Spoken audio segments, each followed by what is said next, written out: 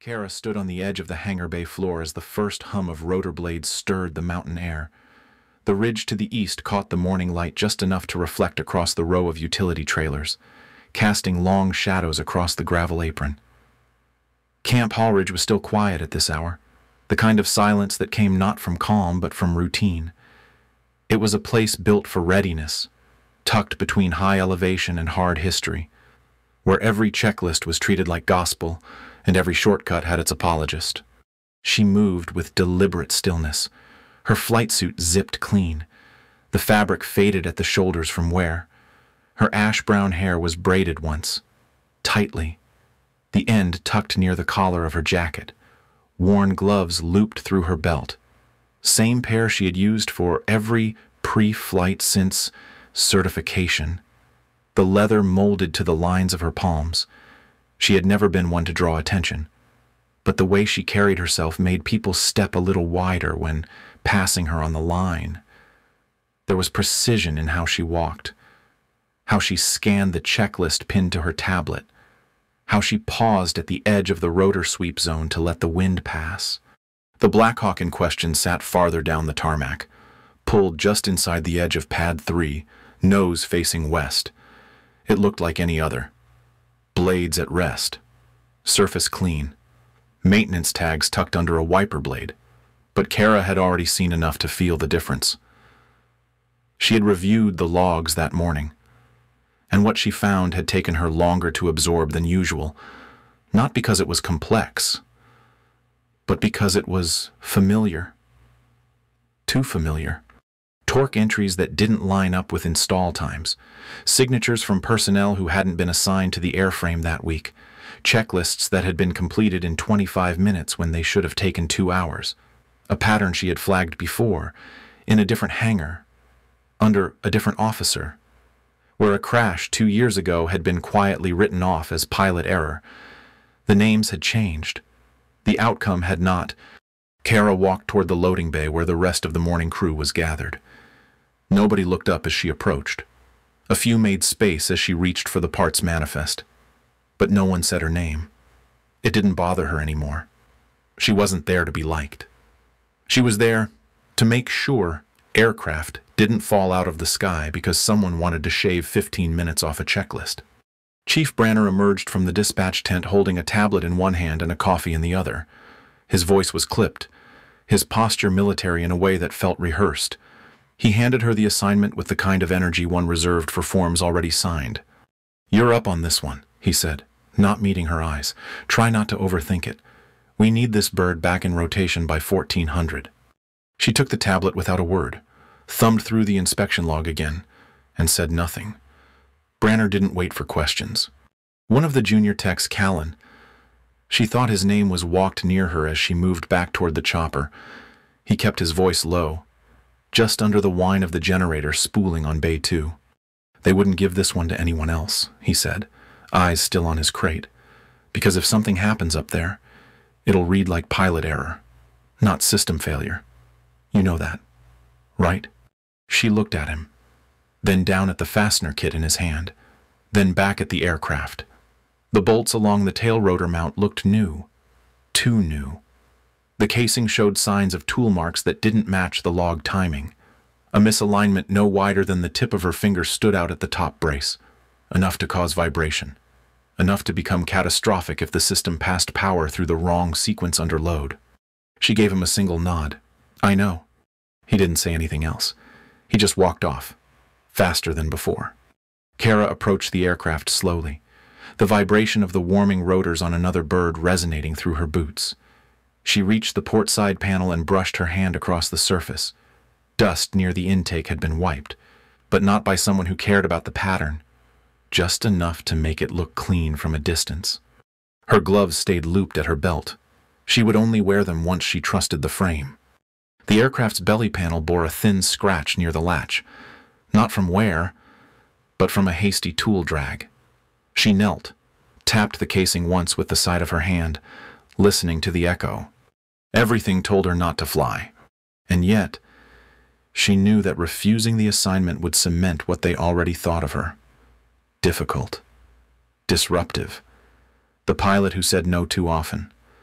the one who got in the way of progress. She had spent years building a reputation for precision, not for heroics, for discipline. Kara stood. The gloves came off her belt, fingers sliding in without hesitation now. She reached for the latch on the cockpit and pulled it open, stepping into the machine that no one else would touch. Not because she trusted it, but because she wanted to know exactly what they were hiding. She settled into the seat and began the engine start sequence. The blades cut the sky in even rhythm, the low-frequency hum filling the cockpit as the Blackhawk lifted clean off pad 3. Kara adjusted cyclic pressure with her left hand and set her boots evenly on the pedals, feeling the first response of the airframe as it rose through the calm, morning air. Camp Halridge fell away beneath her, the tan ridgeline curving out toward the timber cut. She reached 300 meters and held for stability, letting the system settle before initiating the transition run. Inside the cockpit, the light played across the panels. Blade shadows slid in brief passes over the glass, over her gloved hands, over the faded strip of checklist tape that ran below the fuel readout. She noted vibration, slight, tolerable, not unusual for a bird just out of maintenance. Still, her focus never softened. She had flown enough hours to know that the first 5 minutes told the real story of any machine. The headset sat tight against her ears. She kept the mic live, not transmitting, but recording, a habit from earlier years, when nobody believed her logs unless she had proof. Her breath stayed slow, one exhale every 4 seconds. The body controlled the tone. The tone controlled the frame. Altitude 400, climb rate steady, instrument feedback green across the board. She made the turn northwest, adjusting yaw slowly to keep the torque line clean. That was when it happened. The vibration changed. Not increased, just shifted. A lateral pulse began beneath her left boot, like a fault in the tail rotor assembly. The trim reading blinked once. Nothing flagged. Then the hydraulic pressure gauge twitched, just enough to draw her eye. She steadied her hand and kept climbing, altitude 500 meters. Then the engine data stuttered. One by one, gauges began to contradict themselves. The forward power reading dipped below load even as the torque indicator climbed. The vibration grew sharper, but the alerts stayed quiet. Then the pressure gauge did something she had never seen. It spun backward. Not fast, just steady, like it had lost its sensor tether and reversed the signal curve. Kara didn't speak. She reached for the control bus switch and cut it hard. The system blinked once, then dropped. The screens dimmed. The auto stabilizers disconnected with a low, mechanical thunk. The aircraft pitched slightly left. Her grip tightened. She didn't wait for the warnings. She didn't trust what the computer would tell her next. Instead, she reached for the mechanical fail-safe handle behind the throttle column and locked the trim manually. The Blackhawk drifted, catching air like a loose sheet. Then, started to settle. Altitude 600. Drop beginning. She adjusted pitch with a half pull, leaned into the cyclic and felt the airframe resist, then comply. An alert chirped, electrical fault, then a second. Auxiliary power false load. None of it matched. She glanced to the side panel. The engine temperature readout showed a steady climb, but the external cooling pressure had flatlined. "Kara," she whispered, voice just above breath. Manual override engaged. Full systems conflict. Control mismatch. The headset recorder clicked once as it captured her words. She didn't call ground. Not yet. She didn't trust what would be waiting on the other end.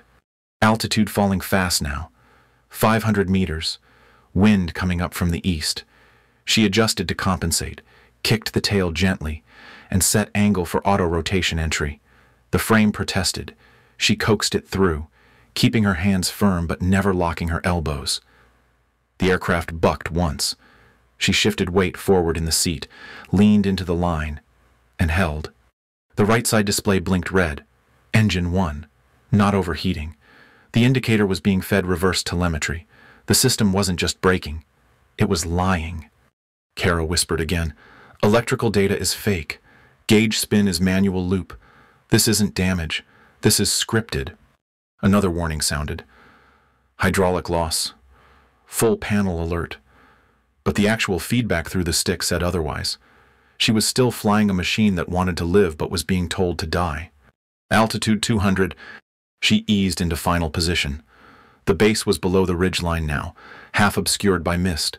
She had no idea if they could see her descent or not. She didn't care. Her breath stayed even. She counted the wind bounce. 2 cross gusts, both manageable. She flared early to compensate for engine lag. The landing would not be elegant, but it would be clean. At 80 meters, she adjusted pitch again. The nose dipped. The tail fluttered once, then held. She brought the bird down in a controlled arc, touched rear wheels first, then forward, let the weight settle before cutting engine supply. The rotors spun down. No damage, no alarms, just the settling tick of metal under stress release. The headset kept recording. She sat still for a moment, hands resting on the console, breath steady, sweat cold behind her collar. Then she leaned toward the recorder and spoke just once, her voice as calm as it had been in the air. It's not a failure, it's bait. No one came to the cockpit. No vehicle approached. From inside the shell of the machine, she heard nothing but rotor blades coasting to rest. No ground crew, no control tower. Only her voice on the recorder, and the machine that had tried to lie her out of the sky. The rotors had barely stopped spinning when Kara stepped down from the cockpit, boots hitting the tarmac with steady pressure. No one met her at the bird. The open ramp beyond pad 3 was empty. No ground chief, no clipboard, no questions. She waited a few seconds, glanced toward the tower window, and saw a flicker of movement, someone pulling a blind closed. Inside the operations tent, a young staffer walked briskly toward her, head tilted just enough to suggest urgency but not eye contact. He held a sealed folder, the kind used for damage incident logs. He didn't speak. He just handed it off, turned, and walked the opposite direction without breaking stride. Kara opened the folder slowly.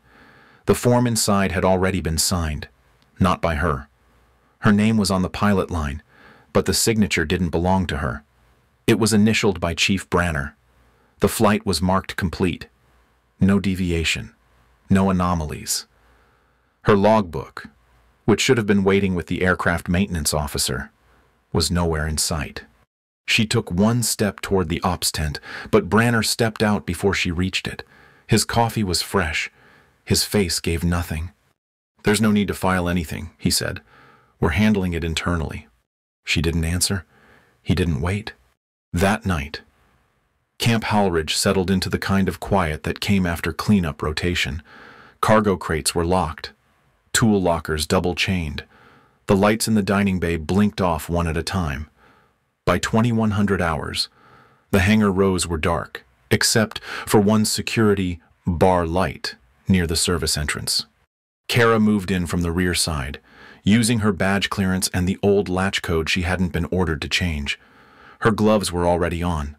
She walked through the metal scent of aviation grease and cool concrete, past the sealed oxygen racks and spill kit cabinets. Straight to the Blackhawk she had flown. It sat deeper in the bay now. Pulled in past the lift doors and tagged for routine clearance. She approached it without sound. The panels were closed. The cockpit locked. She walked around the tail section first, brushing the edge of the mount where she had felt the abnormal torque resistance. There it was. A slight misalignment between the upper mount bracket and the access panel, no more than a millimeter offset, enough to shift under pressure, enough to fracture under load. She reached for the central access panel under the avionics tray. The latch resisted for a second, then gave. Inside. The wiring harness looked clean at first glance, except it was too clean. The connector crimps showed fresh impressions. The bolt heads had tiny cross-score scratches. Someone had pulled this open multiple times. Her gloved fingers moved with calm precision. She detached the housing, eased the main relay unit out of the bracket, and flipped it over. There it was. The circuit board was marked XM7741. She recognized it immediately. It had been the subject of a full-service recall 18 months prior. The part had a fault that caused delayed current spikes under climb torque, just like the one she had experienced. The board had been officially removed from military service, but this one was live, installed, hidden under a fresh label. She pulled her phone from her vest pocket and took a photo. Then another. She photographed the torque scoring around the mount screws, the reversed polarity clips on the secondary port, and the missing serial from the lower board ID. Then she pulled a strip of tape from her binder and fixed the part to the inside cover. It would not go missing.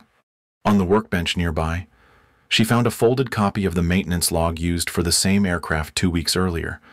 The entry for that relay installation didn't exist. The board hadn't been signed in. It had been placed into a functioning aircraft with no paper trail. Kara walked the length of the bay once more before leaving, checking for cameras or lingering shadows. There were none. No one had followed her, at least not yet. By 0500 hours the next morning, she was sitting at her kitchen table, flight binder open, the circuit board resting beside it. A map of base aircraft assignments lay beneath her coffee cup, annotated with pencil lines showing which birds had cycled through maintenance in the past 3 months. The knock came soft, but deliberate. She opened the door to find Callan standing there, still in his maintenance coveralls. He didn't speak at first. Then he held out a manila envelope. "I shouldn't be doing this," he said, "but you need to see it." She took the envelope. He didn't wait for thanks. He turned and walked down the steps without looking back. Inside were printed logs, real logs, the kind that still had printer smudge on them, timestamps not yet scrubbed. She laid them out, one after another, approvals that claimed full diagnostics were done in 20 minutes, safety checks signed off before crew arrival, names logged on, days when the listed techs had been out on temporary duty, each record aligned with her own flight data, and with the telemetry from her headset. This wasn't sloppiness, it was choreography. Kara leaned back in her chair, the soft hum of the coffee pot long gone cold. She looked down at the board still taped to her binder, then across the table at the flight map. One of the helicopters marked in red was scheduled to fly at 0800, and she knew this time someone else wouldn't be coming back. Not unless she stopped it. The envelope had been sealed in a standard weatherproof pouch, addressed with no name and no rank, just a 6-digit code she had memorized from an old safety briefing. No one ever thought she'd need. Kara mailed it at 0300 hours through a secure comms terminal at the far end of the base network lab. Inside were printouts of falsified logs, timestamp overlays, photos of the XM7741 board, and a clipped audio segment from her headset. 37 seconds of cockpit silence interrupted only by warning tones and her own calm voice identifying system deception. No return address, no follow-up, just the facts. 2 mornings passed. Then the sound came. It started low, like distant wind dragged across the ridge. The first Blackhawk crossed into airspace at 0558, running silent with no beacons. By 0600, 11 more followed, approaching from staggered vectors, blades beating in synchronized rhythm. No radio hails, no base authorization. They descended like a wall of air, flattening every loose tarp and rattling the supply cages outside the fueling bay. The compound stopped moving. Kara stood at the fuel depot, just inside the overhang, her arms crossed, eyes tracking each descending aircraft. The rotors chopped through the early fog, slicing long shadows across the tarmac. The birds didn't land on the designated pads. They came down in rows, aligned for control, blocking vehicle access lanes and forming a wedge between the command tent and the airfield's maintenance bay. Doors opened in unison. Armed personnel in dark utility uniforms disembarked with mechanical precision 12 from each chopper, moving in units, formation tight, no visible insignia, only encrypted patches and cold efficiency. They fanned out immediately. 3 broke left to seal the south gate with magnetic clamps. 2 more moved toward the flight log office and disconnected the external servers. A team of 4 stood guard at the comms relay hub, preventing access. At the same time, a digital lockdown protocol rolled across the base terminals. Tablets froze. Printers, cut off mid-page. The internal wireless network went dark. Inside the command tent, the base operations chief barked into a dead headset. Chief Branner was intercepted outside Hangar 3. He had just stepped off the loading dock with his coat slung over one arm when a pair of security personnel approached him. They said nothing. One extended a folded document. The other waited. Branner froze, jaw tight, eyes scanning for backup. There was none. The message was clear. Compliance wasn't requested. It was expected. He followed without resistance. By 0620, every flight on the board was grounded.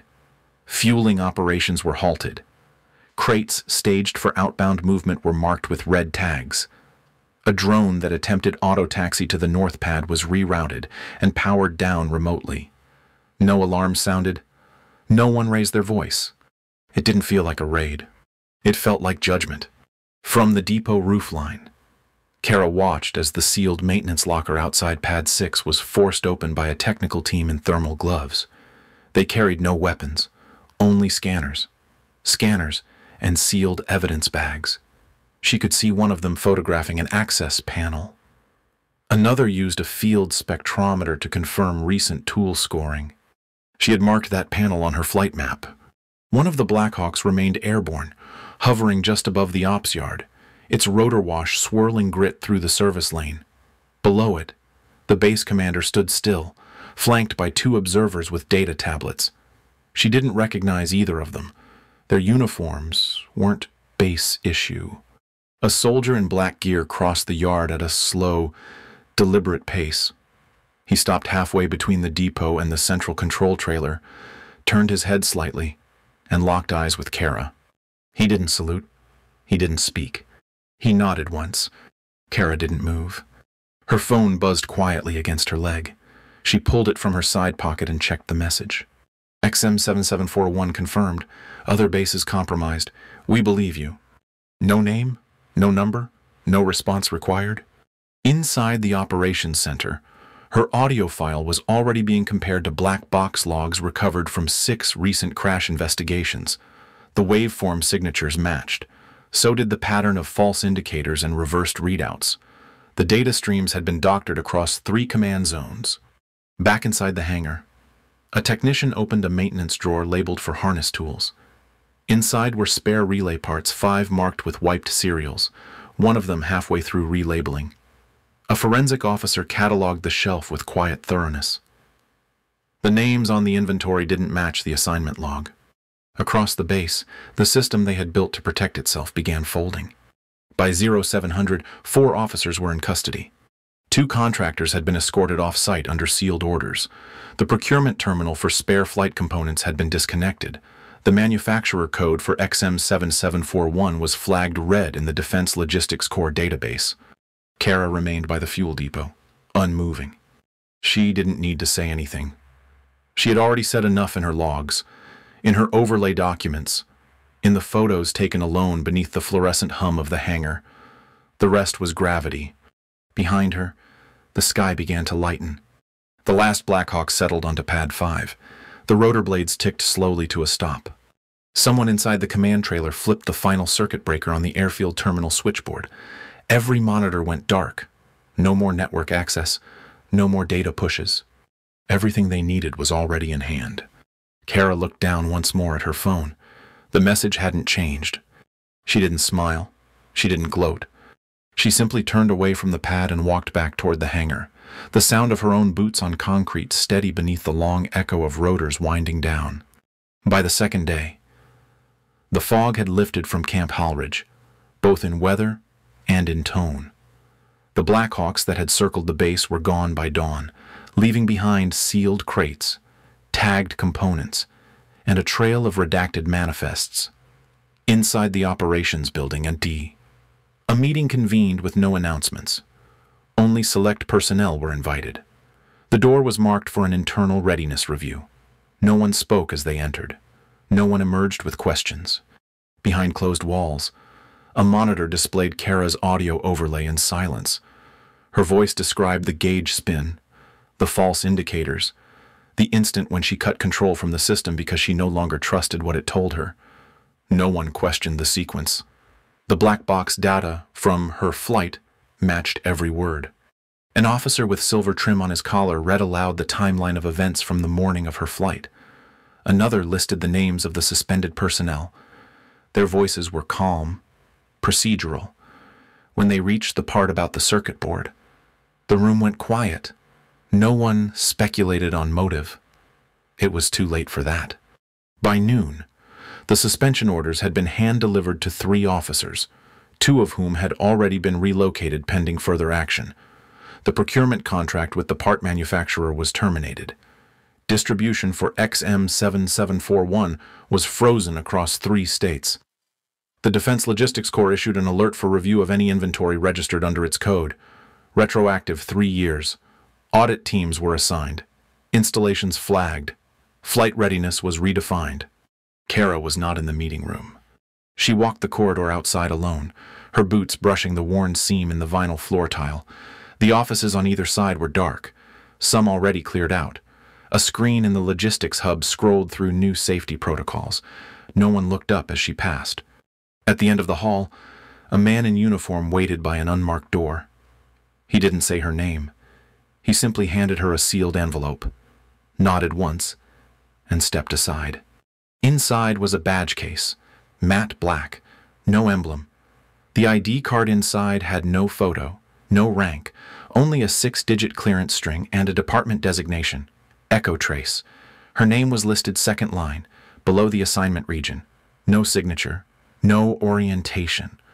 Only a secondary tag attached to the side with a cryptographic key strip and a contact point she didn't recognize. She pocketed it without ceremony and kept walking. Later that day, she found her old locker still untouched. The headset recorder sat on the top shelf, battery full. She placed the Echo Trace badge beside it and closed the door with the quiet care of someone who understood how quickly machines could be taken apart. By evening, she was gone from the base. The next place didn't have an airstrip. It had no visible flight line, no hangar marked with squadron patches. It was a facility below ground level, built into the foundation of a northern logistics command site, known more for paperwork than for risk. Her name was not logged at the gate. Her vehicle was scanned by undercarriage drone and waved through without verbal check-in. The man who met her inside wore a standard operations vest with no rank designation. He handed her a tablet and said only that her workspace was already loaded. She said nothing in return. She didn't need to. Her new assignment was a silent one. Echo Trace existed to evaluate systems before they reached pilots, not after. She would never log flight hours here. She would not touch a yoke again. But every aircraft that passed through the new inspection model would be tagged through her report stream. No one would know that. But someone would benefit from it every time they stepped into a cockpit with a bird cleared for the sky. In the following weeks, Echo Trace cross-referenced 36 procurement trails. 6 manufacturers were placed under review. Field evaluations were rewritten. Dozens of aircraft scheduled for rotation were pulled from flight lines before takeoff. Kara never gave an interview. She never submitted for a commendation. When the officer from Central Command offered her a promotion, she declined. When he asked why, she paused just long enough to give him the kind of answer he couldn't record. If the system only listens to rank, she said, then it only changes when rank is afraid. She left the conversation there. Her headset recorder remained in her locker, next to the badge case. She didn't take it with her. She didn't need the reminder. Systems failed. They could be rebuilt, but only if someone was willing to read the data without looking away. That had been her job from the start. Not to lead, not to follow. To see and to record what others preferred not to admit. No one ever interviewed Kara. She didn't file public statements, didn't accept the quiet offers to ghostwrite a book. Her name never made it into the official briefings. The record showed a change in policy, a string of procurement freezes, a revised inspection standard with new redline tolerances. But in the quiet corners of the system, her impact was everywhere.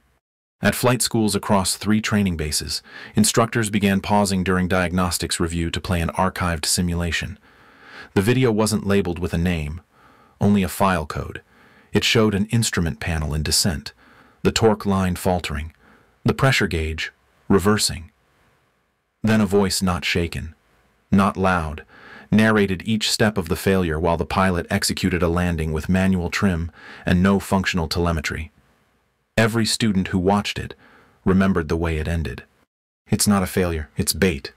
The phrase caught on, quietly at first, then more widely. Someone etched it onto a dry erase board in a classroom in Nevada. It showed up again on a checklist review in South Dakota. By the time it reached the maintenance bay in Ridgefield, it had become standard shorthand.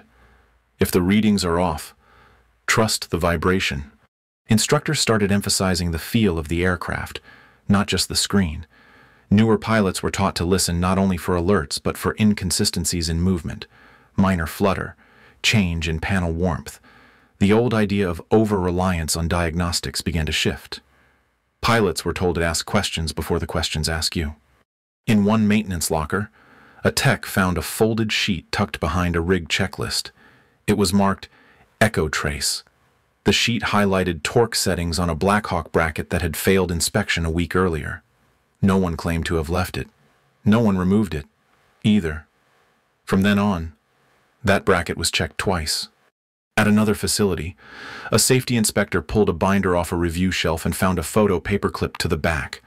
It showed a worn headset recorder resting on a bench with the tag still attached. The last audio message was transcribed and filed in the archive. No one ever deleted it. Kara didn't return to Camp Halridge, but her name was still on a closed personnel file tagged with limited clearance. Someone at the Oversight Division had flagged it for retention. Her Echo Trace badge was updated digitally every 90 days. No one said why. No one needed to. One afternoon near the end of spring, a new recruit working his first solo inspection opened a pre-flight binder and found a short note tucked inside. The handwriting was tight, slanted. The ink had smudged slightly at the corner, but the words were clear. If it looks wrong, check again. If it still looks wrong, don't fly. There was no name. The bird that Kara had flown never lifted again. It was grounded indefinitely, used only for partial diagnostics and tech demonstrations. No one said it out loud, but everyone who worked around it knew why. Some machines were meant to serve as reminders. That one sat quiet at the edge of Pad 3, half shaded by a lean-to roof and ringed with faded paint. No one touched its flight panel without gloves. No one removed the checklist strip from the console. It was left there on purpose. Kara's influence lived in changes that didn't announce themselves. A pressure gauge replaced without request. A second signature required before certifying a complex install. A call placed to double-check a torque range, even though the manual said it was fine. She hadn't asked for these things. She had simply refused to ignore what she saw. That refusal had done more than any speech ever could. One evening, she returned to a small auxiliary field not Camp Halridge, but close enough to feel familiar. The grass between the pads was taller than she remembered. A single hangar stood open near the edge of the windbreak. She walked its length slowly, gloves looped at her belt, her braid loose along her collarbone. She didn't carry anything. She didn't need to. The grounded Blackhawk sat just beyond the fence line. She paused to look at it once, the light soft behind its open side door. Then she turned toward the field. The wind picked up in short bursts, warm and dry. It moved her flight suit slightly, tugged at her braid, carried the clean scent of engine oil and sun-warmed metal. Kara didn't speak. She didn't have to. You just followed the journey of a woman who was never meant to be seen. Kara was expected to stay quiet, to check the box, and to trust a system that had already written her off. But instead of folding, she listened to what others ignored: the vibration, the silence, the warning signs no one else would dare name. She didn't demand recognition. She didn't need the spotlight. She only needed the truth to stand, and for the next person in the cockpit to have a real chance of coming home. Her story reminds us that strength does not always shout. Sometimes it works alone, documents everything, and keeps others safe without needing credit. If this story resonated with you, share your thoughts in the comments. Follow for more quiet, Powerful stories that honor those who hold the line even when no one is watching.